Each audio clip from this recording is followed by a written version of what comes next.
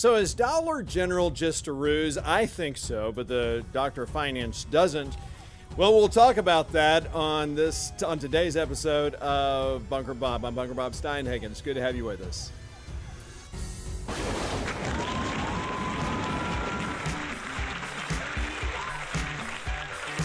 Well, that's right. I've got the Doctor of Finance back with me again, and I know that he's a joy to have around. The reason I wanted him here for this show is specifically because I thought that he brought the only cogent argument to the table as it relates to the Dollar General store.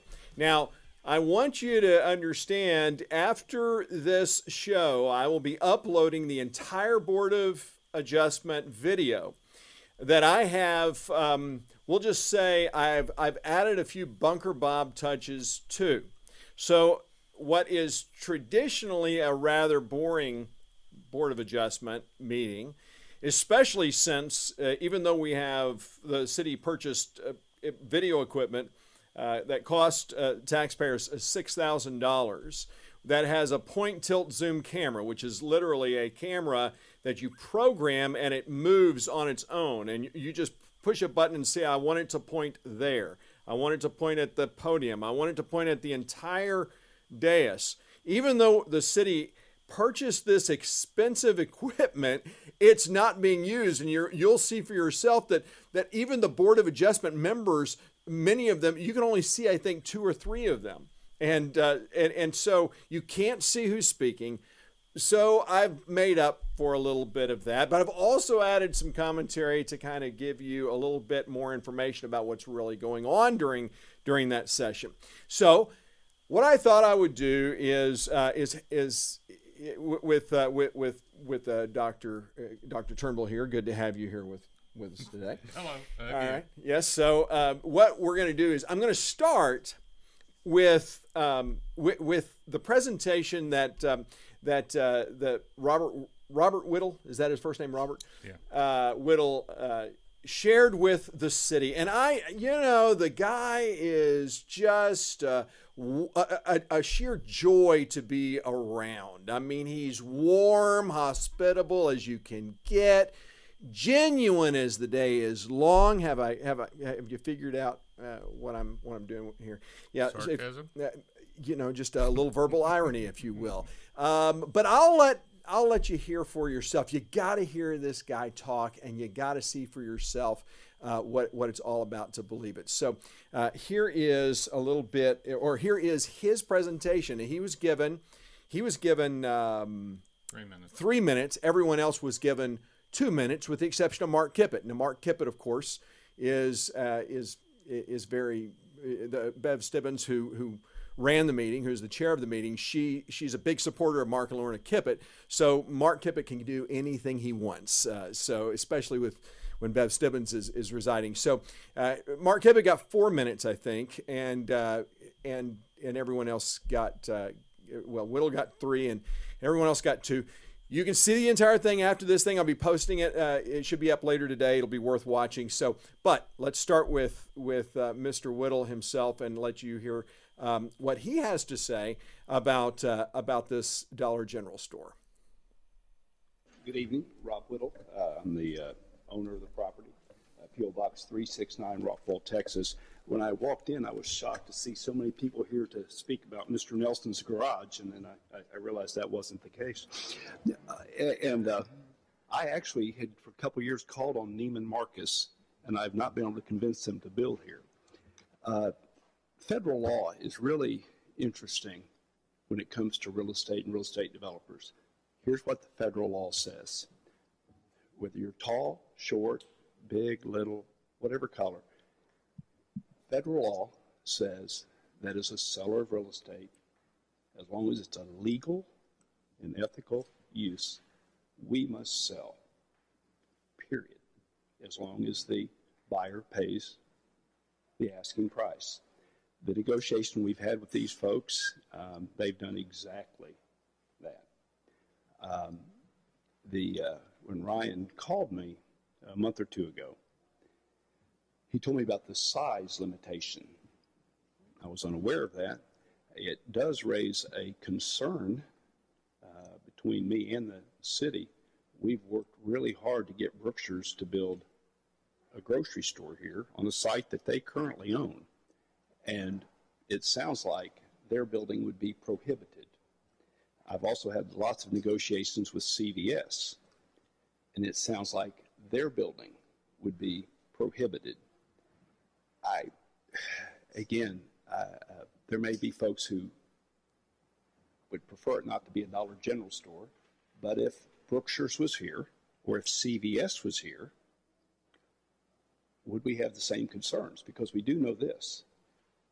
Tom Thumb, Brookshire's, CVS, you name it, they can't make it work with a 6,000 square foot building. So I think it's something that's going to have to be addressed at some point. The next thing is, and again, I was in Rockwall at the time when the Walmart neighborhood market, not the big Walmart, the neighborhood market, tried to come to Rockwall. It's been a lot of years ago. And I had nothing to do with it. I was just an interested citizen that lived down the street. And when it was all said and done, Walmart ended up suing the city of Rockwall, and there is a neighborhood Walmart here today. My hope as a seller of the property, whether we sell it to this company or someone else, here's what we desperately want. We want someone to build a beautiful looking store that's compatible with the architecture that's already been set by that convenience store. And I know Ms. Stibbins was involved with the convenience store, the early stages of that. It took those folks 3 years to get through the process, 3 years. And yet I'm there all the time, and lots of folks from McClendon Chisholm shop and use that facility. So our goal and what we've communicated to Ryan and his company is, if you get approved, we want you to work with us on the exterior architecture. Last comment is, any retailer can come to any city on a vacant building, and if they sign a lease, they're allowed to be there. And the the state law that Ryan alluded to just a minute ago has passed, starting September 1. No city, whether it's Highland Park or wherever, can dictate what the exterior of a building looks like. These folks are willing to work with us. We own a lot more acreage there. Oh, one other comment on the floodplain. Part of Chisholm Crossing, when I developed it, was in floodplain. Lots of communities are in floodplain. FEMA has a process to address that. Thank you. Yeah, I thought Whittle's opening statement was so condescending. Yeah, I've tried to get a Neiman Marcus here, but they just won't come. I think that was that's where I realized what a real horse's hind end the guy is. For him to be so insulting to our Board of Adjustment, to our city, and you got to understand, there's a lot of people at that meeting. How many? There was like 12, 13 people who spoke, but I know there's a lot more people who attended. Is that right? Yeah, actually, in the last show, I joked about standing room only. A majority of the seats were filled.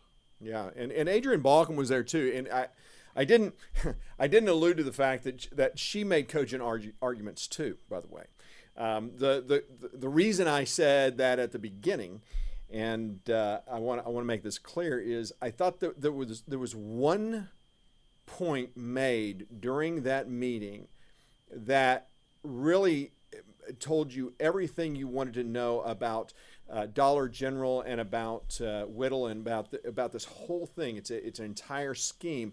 And if you don't believe when I say that these people are lying, this, to me, what you did was just brilliant, and it really changed the entire tone and tenor of the Board of Adjustment meeting. I want to highlight a couple of things. The first thing is that the state of Texas has voted that cities can no longer regulate the exterior building materials that are on commercial buildings, and as I understand, residential buildings.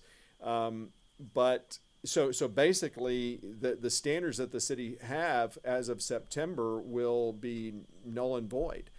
And Whittle is making this point. Whittle makes the point. The guy with Dollar General or with the Ventura Ventures or whatever they call that thing, They were making that point. The whole idea behind this is, hey, we can build what we want. You can't do a thing about it. So that's what that's in reference to. But what I found interesting is when, and I credit Gary Nickel, the member of the Board of Adjustment, who made sure that he clarified what this gentleman was saying. So let me show you what he said, or let you can see for yourself and hear for yourself what was said, and then I'll explain and show you why what Scott Turnbull. Oh, wait a minute, you have a comment? Yeah, I'm going to point out that you can't see what was said because, as you alluded to earlier, not all of the board members were actually in the frame. Right. We had an empty chair in the frame, but Mr. Nichols, you can see part of his left shoulder, and that's it. Well, Mr. Nickel and Herb Harker, you can't see either one of those guys in the frame, but you hear them, and so that's why I put people's names who are talking, the people who are speaking, the people who are behind the dais, so that you know what's going on. But this is the presentation, part of the presentation that this gentleman gave. So listen to this. Why store is a prototype and what that implies? Yeah, so Dollar General being a national brand, they have their supply chain and everything set up for the 9,100 square foot building. It's the same size we build everywhere, so they have a certain sales floor to storage ratio, things like that. So it's their standard building size that aligns with their supply chain. And how is it a prototype? Because it's the same layout of every store, so that's their standard prototype. A prototype typically means there's something different about it from their general store. Those are mutually exclusive. Right. So if this is the store they always build, it's not a prototype. Apologies for the confusion there. I guess I meant it's their standard type store. So And this is the same size as most others? Yes, sir. Now, see, that was key. Gary Nickel clarified that is the standard size store that you guys use, and he said, yes, sir. So this is. I just want you just need to watch and enjoy, because this next part it tells you everything you want to know about these guys. Watch this. Evening, Scott Turnbull, 1117 Newkirk Court. I just want to read a couple of things out of the proposed operators' most recent 10Q. Mr. Turnbull, would you please explain to the crowd what a 10Q is? It is the annual filing to the SEC by the corporation. It explains their profits, their strategies, their pretty much everything that affects their operation. Thank you. We expect that our traditional 7,300 square foot store format will continue to be the primary store layout for new stores, relocations, and remodels in 2019. We expect approximately 500 of the planned 1,000 remodels in 2019 to use a higher cooler count store format that enables us to offer an increased sale of perishable items. In addition, our smaller format store, less than 6,000 square feet, allows us to capture growth opportunities in metropolitan areas as well as rural with low number of households. I would submit that the reason they want the bigger store is they want more coolers to sell more beer and wine, which is fine. Yeah, so you kind of put it to him and kind of outed him for what was really going on. The guy's saying this is the store that we put in is 9,100 square feet. That's a standard store, and you showed that not only was it not a standard store, but it was far larger than their standard store. But in most cases, they're finding great success with stores that are 6,000 feet and below. Yeah, this is what comes from their Q statement, their quarter statement. From being the type that instead of reading storybooks reads financial documents. Yep. Aren't you glad that you voted for who did they vote for to get you out of office? Who was it? Miss Woe was her. Oh, well, oh yeah. You deserve the government you elected. You got Trudy Wosner, and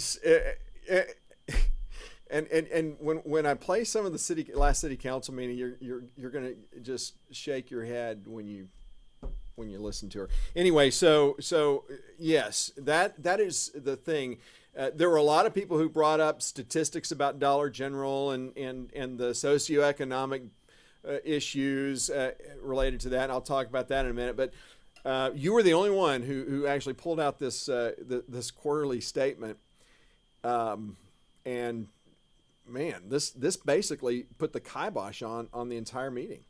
Well, it proves that what the reasons that they were stating for needing the larger building doesn't match with the official statement of the company. Right. And I want to point out something. We were told that we could not mention the occupant because that wasn't pertinent to what was in front of the BOA. And that's the reason I kind of stumbled there at the beginning, trying to think of the right word to use instead of Dollar General. Everybody else. Yeah, I mean, didn't stop Mark Kippett. Yeah, didn't stop everybody else. Whittle. Whittle talked about it. Everybody else disregarded the fact that this was not about who was coming in, although, as you said, Whittle made it about who was coming in. Yep. It was solely about whether or not there was a need to allow them to build a wall almost 60% bigger than what's currently allowed. And so the thing that I found most important out of what the information I found was the fact that they have a 6,000 square foot building that they use in rural areas, and that's what they need, because we have what, 500-600 homes in, no, there's more than that. There's probably what, 1,000 homes in McClendon Chisholm, roughly, in a 12 square mile area, and that can't be what you consider a high number of stores, and it's most definitely not a urban area. So right. The rural, low number of homes area, that fits McClendon Chisholm. Well, it fits a rural community. So a more rural community, yeah. And so, well, let's go back to your point that you had made. So this is. We're kind of going back and forth on this because it's my belief that they had no intention whatsoever of putting Dollar General here to begin with, and the reason why is because you look at the Q2 report, and in the executive I'm not sure if it wasn't the executive summary that you were looking at. I was reading through the executive summary of that, and it was really focusing on the ideas of the target market, and basically summarizing that target market as being nothing in relation to who lives here. What I think was really going on is that Robert Whittle was hoping and praying that someone would get up and talk about this as being trying to bring in some idea that we didn't want those kinds of people in our community, that we were better than that. And of course, there were people who said things like that, who basically, I think Whittle's looking for an opportunity to sue the city so that he can put in the size building that he wants to put in, and base it upon the idea that the city is being discriminatory against certain businesses or certain people. And so that's what I think he was hoping that they would get out of him. And to the credit of the BOA, the Board of Adjustment, they did not bite, even though you had a member of Planning and Zoning, Jody Wright, who made it all about the socioeconomic issue. You had Mark Kippett stand up, who dealt with that as well, and the Whittle knows what we know, and that is that William Dahl has made it very clear that though the city council has no stomach for a lawsuit and doesn't have the means or the will to fight a lawsuit like I did when I was mayor and won, and we ended up we spent $65,000 litigating a case, fighting a company that wanted to put a tower in. We ended up with a settlement where we got $130,000 out of it. And Scott, you were part of that of that mediation as well. So we walked out of there better than we came into it. And so these developers, they knew that they couldn't run up against me, or Scott Turnbull for that matter, and that we had the will to fight them. William Dahl on his own Facebook page, Councilman William Dahl, makes it clear that that is not something that they're willing to do, and so Whittle is looking for any opportunity to have standing where he can either have federal or state standing to sue the city, and so that he can then do an end around and make this not about Dollar General, but about the size of building that he wants, and he can put whatever tenant he wants in it. So that's the first thing. So that's the first thing that I saw, and that's why I believe that this thing was never about Dollar General. I go back to the Q2 statement. We are not the target demographic. I do not see why Dollar General would pursue this. They must know this. They're a very successful business for a reason. They know their target market. And while I get the idea that they're trying to saturate areas all over the United States, I just don't see that it makes business sense for them to move into McClendon Chisholm. Now, Scott, you disagree with that. So tell me why. We've talked about it we've talked about it offline. So I just want people to hear kind of our discussion about that. Well, there's a couple of things. One, Dollar General may have wanted the 9,100 square foot building, and if they don't get it, they may settle for the 6,000 and come in anyway. You say that's not likely, but Dollar General in their 10Q states that they realize that their habit of fortressing, which is a term used about saturating an area with more stores than what's probably necessary, but it prevents competition from coming in.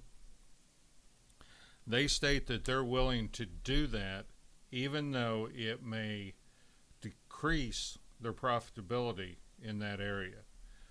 So, real quick, let's say you got 4 stores in the area and they're all top performers, and you stick a 5th store in there and it cannibalizes businesses from the other 4, and by doing that, your total overall sales for that area actually remains stagnant. You don't gain anything, but you've got the cost of operating a 5th store, which means your profit goes down. Right. They're willing to do that to keep other people out. So, will they fight this and come in? I don't know. It's, as I said, it's really not about who the tenant is. It's about the fact that the tenant that they listed said, we've got a 6,000 square foot store. We definitely only need 73 to do our standard. So the idea of granting that type of variance is unnecessary. Yeah, absolutely. But that's why I go back to the fact that and Whittle has come before City Council before and tried to put in a storage unit, storage units on that location where they want to put this Dollar General, which would be off of 550. So if you're going on 205 from Rockwall to Terrell, you take a right on 550 at the Shell station, and the next building would be then the Dollar General. One of the points made that I thought Jody Wright made very well, in addition to the the comments that I wish she hadn't have made about the socioeconomic and trying to make this about a class issue. One of the things that I thought she did well in her comments was the fact that she kept pointing out that both Whittle and the Dollar General guy, the Ventura Ventures, whatever he is, what was the guy's name? Dykstra, yeah. They kept harping on the fact that the state of Texas has changed the law on exterior buildings, and they kept talking about it. And Jody rightly highlighted, well, if you're trying to build based upon our standards, then why do you keep talking about that fact? And I think everyone realized in the room that this was just a game that Whittle is playing, I think, and that this Dollar General is playing. I don't think for a second that they intend to put a Dollar General here. I still stand on that. I think that the other thing is you were highlighting the fact that you think the Dollar General wants to come in to cannibalize on the alcohol sales that are currently coming, that the store next to it, or that would be next to it, the Shell station, Sonic, whatever you want to call it, general store, that they're going on, and that's why they needed the extra room. So my question to you is, if they built a 6,000 square foot building, could they still have all the cooler systems and sell the beer and wine like you were talking about? The answer to that's yes. Okay. Because Dollar General, and most people don't really know this unless you either have one or you sit around and read 10 Qs. I don't think I've ever been in one. Their big store, the 9,000 square foot store or 9,100 that they're going to, they have seasonal items going in. They sell consumer goods. That's not really the word. General merchandise is the term that I would use. Grills, anything that ties into a particular season, and they have an area where they are doing that in these big stores. Right. It's not the smaller store.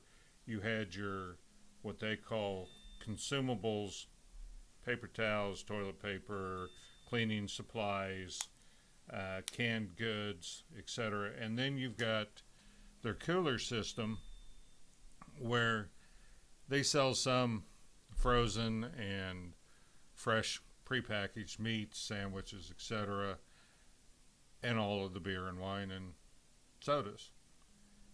And the profit margin, yeah, it's very high, is in the beer and wine and sodas. The rest of it isn't as good. Although, surprisingly, their consumables, the sale of those are going down. The profit margin for that's going down. So it's kind of surprising that they're doing this higher volume refrigeration, and I don't know, they may even be putting in freezers in that unit, the coolers, so that they can sell more items of perishable items rather than what they consider consumables. The issue is if they're going to come in and sit right next to the Shell station, which is a convenience store, right, to get people to come into their store and buy that type of item, they're going to run it as loss leaders day in and day out. Okay, just to get them into the door for the alcohol. They will lose money on beer, sodas. I don't think they can do loss leaders with wine, but just to get people in the habit of coming to their store instead of going to the convenience store. Yeah, you think they're going to try to put the convenience store out of business? I don't know that that's their intention to put them out of business, but they're in business to be profitable, so they're going to do whatever it takes. Right, but you're talking about making all of it loss leaders for what reason, unless they're trying to put it out of business? To drive customers to them. Right, yes. but if they're you are correct. that will be the side effect. What I'm saying is they probably do not have written down anywhere, we're going to put this store out of business. No, of course not. Of course they wouldn't do that. But I mean, that's just general business. What I think is happening is Whittle wants to put a storage facility in, and I think he is still going to drive home that point. And if he can't get this through one way, he's going to try another. And ultimately, I think what he's going to end up doing is putting a storage unit in. I think he can do a multiple story storage unit. I don't know that our ordinances allow for more than 2-story, but if you look at storage facilities today, they are 3 and 4 stories. That's kind of become the trend. Storage facilities are incredibly profitable businesses, and they are easy to sell. So I won't talk about my own investments, but I'm just going to say that it is a very profitable and very easy to sell and move and with different things. And I mean, Whittle's already done it once, and I just don't think that he wants to put Dollar General here. But if he does, and I'm wrong, okay, that's fine. I guess it won't make a hill of beans difference in the long run. Well, I do want to bring up one thing. Mm-hmm. You've been referring to it as Ventura, and yes, we know she was your nemesis, but the actual name of the business was Vaquero McLendon Partners LP. Yes, but he when he introduced himself, he said, "I'm with Ventura Ventures." That's when, if you go back and listen, that's why I've got his name, Ventura Ventures. So that must be the shorthand of their business. Yeah, I'm not talking about. He's talking about the attorney for the landowner developers of the 4,000 acres that wanted to put a mud district in until we were able to stop them, and we prevented basically a mud district from coming in right next door and putting apartment complexes up. All we had, but the only way we could do that was give it to Rockwall, and as you notice, there's no apartment complexes that are up. And they've had to go back to the drawing board and actually work within the constraints of the master plan for the city of Rockwall. Of course, now there's no outside building standards. That's another thing that I'll want to talk about on one of my shows. Is that issue? I am a huge have been a huge supporter of Senator Bob Hall. This really in a major way disappointed me. I can't even begin to express what a disappointment that is. I was talking with Donna Rollator, one of the council members in Heath, and she too. We neither one of us neither one of us supported Justin Holland, and we because we felt like he was not a conservative. He's turned out to be not too far off on that. But ironically, Justin Holland did vote against this measure, the first 2 votes, but then when it came back from the Senate, he voted for it. So it just really disappointed me. Bob Hall has a lot of explaining to do.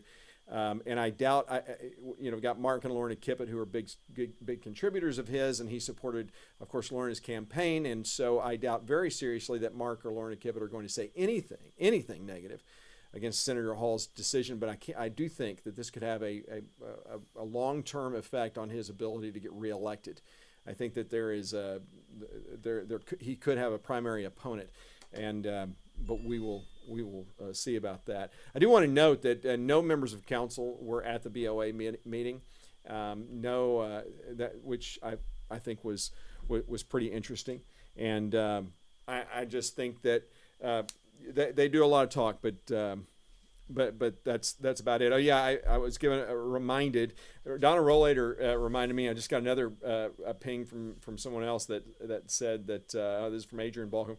She said the Hardy Plank lobbyists were really instrumental in getting that piece of legislation passed, and that is so true. I looked at the filings where Hall got his money, and who's supporting him, and I know I shouldn't be naive. I used to run political campaigns, but I will tell you, when I ran political campaigns, you didn't see.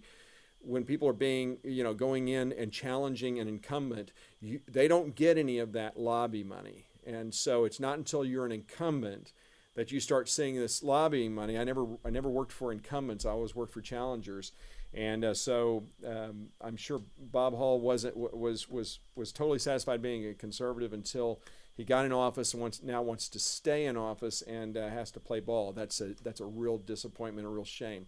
And I hope he doesn't try to use an argument that he believes that in limited government, because a conservative would believe in limited government, absolutely, where the local control should be at the local level, and that the state should not come in and mandate or prohibit local control of issues. I do think that the state has an obligation to limit what taxes how cities can raise taxes. And one of the good things that came out of this last legislative session was that that automatic rollback would take place if cities a rollback ballot initiative would take place, where if a city raised the taxes too much. Of course, however, if you're in a general law type A city, it doesn't apply to us. So my question is, if the outward standard for building materials doesn't should apply to small cities like ours, why wouldn't that mandate that the tax rollback go to ballot also apply to small cities? This is the inconsistency and the hypocrisy of what I see going on in our state legislature now. A lot of Republicans, a lot of Republicans that are frankly in the back seat of developers. I'm going to do a whole show on this, frankly, because we got so many people moving in from California and the East Coast, left coast, frankly, and you got the people like the Kippets and the Dolls, California.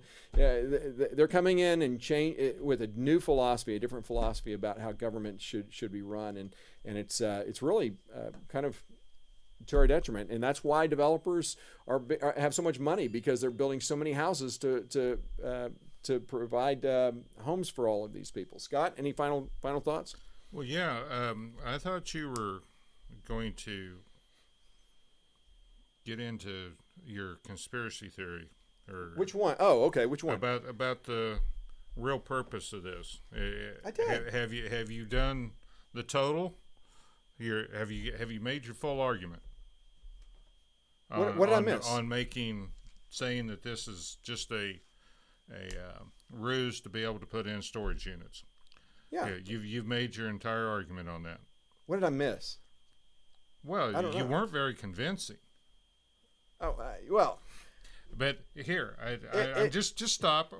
You want that's not unusual. You want empirical evidence that this isn't going to work. Okay. This isn't what's going to happen. Okay. And out of the zoning ordinances. Okay. Let me get the entire section here. Section 3.2A17. Many warehouses. Principal access to the mini warehouse complex shall be provided by an access drive of not less than 24 feet in width. B. The lot area used for many warehouse structures facing onto a public street shall not be greater than 100 feet in width, including the access drive. The remainder of the lot devoted to the mini warehouse shall not face on any other public street. Third, the boundary. Can you get to the good part? The boundary of the mini warehouse complex shall be screened by walls or other devices from any adjoining use that, in the opinion of the council, is incompatible with the mini warehouse use. Now, that's part one. Okay. The second part is that under many warehouses, they have to receive a special use permit to be built in general or commercial planning districts. Okay. So they not only have to meet this, but they have to convince the council to give them a special use permit to go into that property. Or they have to get that property rezoned as industrial, and then they're permitted without having to ask. No, I think they'll get the special use permit, and the reason why is because this city council. Okay, here's where the conspiracy comes in. All right, so I see what you're asking. So yes, the city council is in the back seat. These developers, Whittle and others they're in the back pocket of this current council. I mean, this current council is basically lapdogs for developers. Now, they don't say that. what this is, why I say that this is not going to actually be a Dollar General is because the city council needs a win. They need to be able to say, hey, we didn't allow Dollar General, and we fought. We came out and we said no, even though they weren't there at the BOA meeting. But they'll probably talk about it at some point, and they'll rattle their swords on it. When in the end, they're getting financed by these guys, and yeah, I think that they're going to they'll tell people, the citizens, look, we could have got a Dollar General. Wouldn't you rather have a storage lot that you don't even see, that's kind of off in the back, where it's got beautiful hedges? What did Whittles talk about? He talked about how he wanted to make it beautiful, for a beautiful facility. It's all that crap. I just think I think this is a ruse. I think this is what's going to go in is some kind of a storage facility. And the great thing for Whittle and all that gang, if they do put a building in, it's going to look like a piece of all right, so that's my. Is that what you were wanting? Is that what you were wanting me to? Well, because that's what I'm saying about. is that you have this theory that this is where it's going to go, and yeah, I do. If the council does what the people want, if they hold their town halls or public hearings, and everybody shows up and says, we don't want a storage unit in our city, or at least not in that area. Now, we know that they listen to the public. They listen to their voters. They want citizens' input. They listen to their donors. Yeah, go ahead. So you're telling me that after a city hall full of people stand up and say no, you think that the current council would actually go against the voice of the citizens? Yep. And say, we're not let a storage unit? Yep. I do. Say it ain't so, Joe. And you got now Lorna Kippett, who's running the website. She took off the city survey to make sure, because that city survey showed that people didn't want Dollar Generals. They didn't want storage units. They didn't want all these things. They have to start reframing the whole message here. And I think money talks and everything else walks. And so I think that if they get enough money under the table, they will absolutely do whatever Whittle says. So that's what I think. They put the citizen survey back up. Is that really, when did they put that up? Because that's been down. Are they both up? Yeah. Is that both of them? They don't have 19. They don't have the one that we just did. Okay, but they have my original one? Okay. Yeah. I stand corrected. I guess they did. All right. Well, that's good to know. Well, that's good. Well, hey, I could be wrong. But if you see your council members driving around in some nice cars, now they're some of them. I mean, William Dahl drives a white beat up piece of crap van, and he parks it right out in front, so he can hide the metal shed from the HOA. When they're going after him. By the way, I did want to note one of the best, and I wish I would have put it in this in today's show, but we had former Mayor Mike Donegan stood up to speak against this thing, and I loved what he had to say, because he said, "Well, this goes against our city's standards, and it sets the wrong precedent." This is the guy who led the city council. This is before social media, 2007, when he led the city council to approve two the largest developments in the city. Of course, that's Sonoma Verde. That's 1,100 homes on 548 acres, and Triple Creek, which is 1,876 homes on around 1,600 acres. And so, of course, Donegan and the owner of Triple Creek are very good friends, and that's the other thing. He's still baling hay and growing, profiting off of the city property without any kind of contract. Now that's not Donegan. No, Donegan. We're talking about. Just want to make sure. What's the guy's name who owns Triple Creek? Mr. Davenport. Davenport, that's right. Yeah, Davenport. Davenport owns the city. He owns the city council, and he used to own the mayor and city council outright.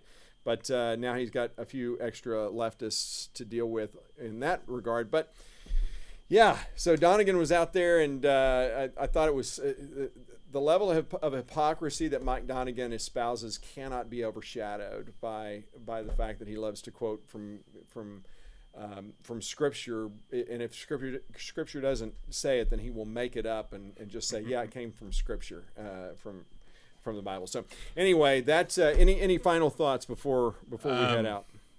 Well, I just want to throw a teaser out here. Okay. Oh, okay. We've got an economic development committee. Because that's right, we do. And who's on that economic development committee? Actually, at this point, I don't know. That's something that I should have mentioned. We know two members.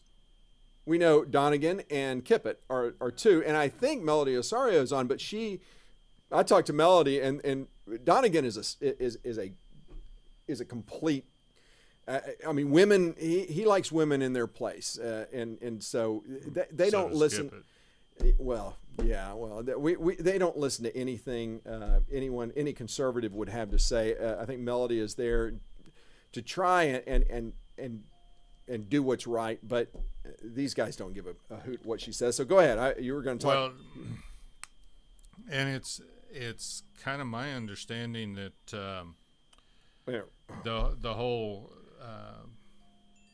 Mr. Donegan and Mr. Kippett might not be getting along all that well, but I don't know if that's true or not. What I do know is at the retreat, they were discussing the fact that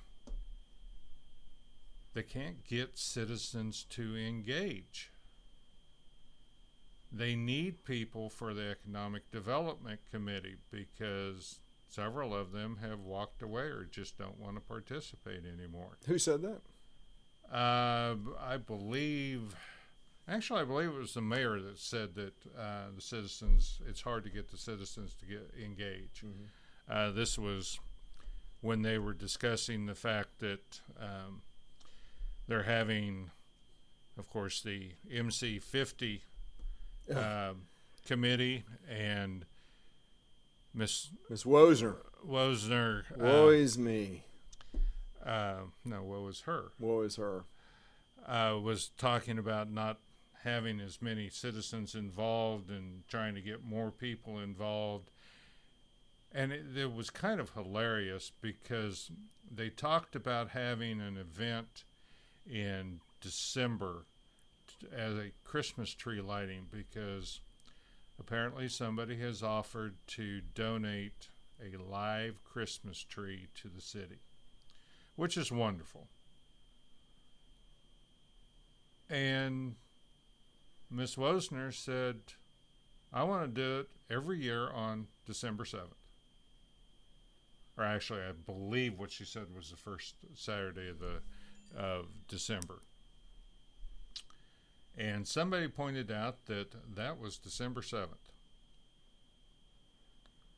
And what was funny was there were a couple of people on the committee, on the council, that didn't understand why December 7th would be a problem.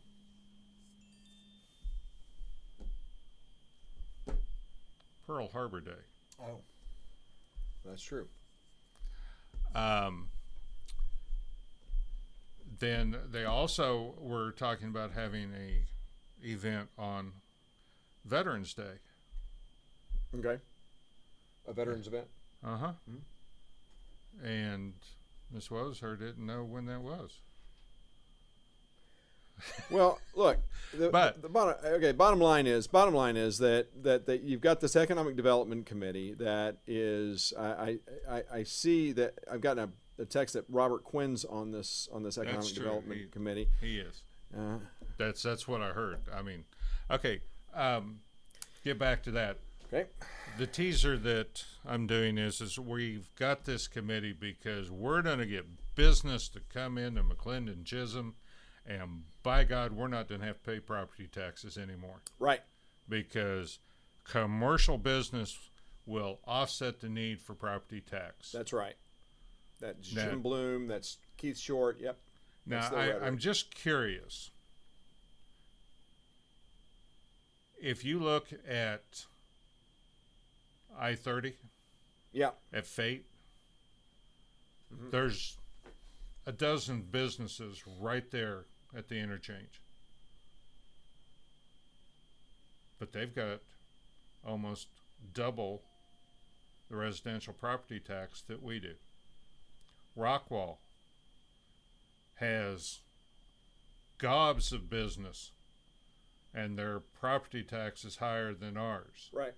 Roy City has the highest property tax rate. So how is it that all these places that have successfully brought businesses in have not been able to keep their property tax low? And I'm going to have a fairly apples to apples comparison coming up here in a couple of weeks. Okay, good. And it's going to probably scare some people, or as you said, they'll be the ones who are okay with the government that they get. That's right. Well, they deserve the government that they elect, so that's the important thing. So, all right. Well, I'm glad that you're working on that. So it's something that for everyone to look forward to. I certainly will, and I appreciate you joining me today. And thank you again to the Doctor of Finance for coming in and setting us straight on a few items, on more than a few items. And I guess we'll see who wins this debate on whether or not there's really a Dollar General coming to the city of McClendon Chisholm. I still have my doubts. Don't forget to subscribe to this channel if you want to get notified whenever we're going live or whenever we posted a new show. So I guess we will see you next week. And next week I'm going to be talking about one of the things I'm going to highlight is we've got a new city councilman, and you're going to want to know a little bit about how that went down, as frankly maybe the Texas Attorney General. We'll talk to you next time. See you then. Have a great weekend, everybody.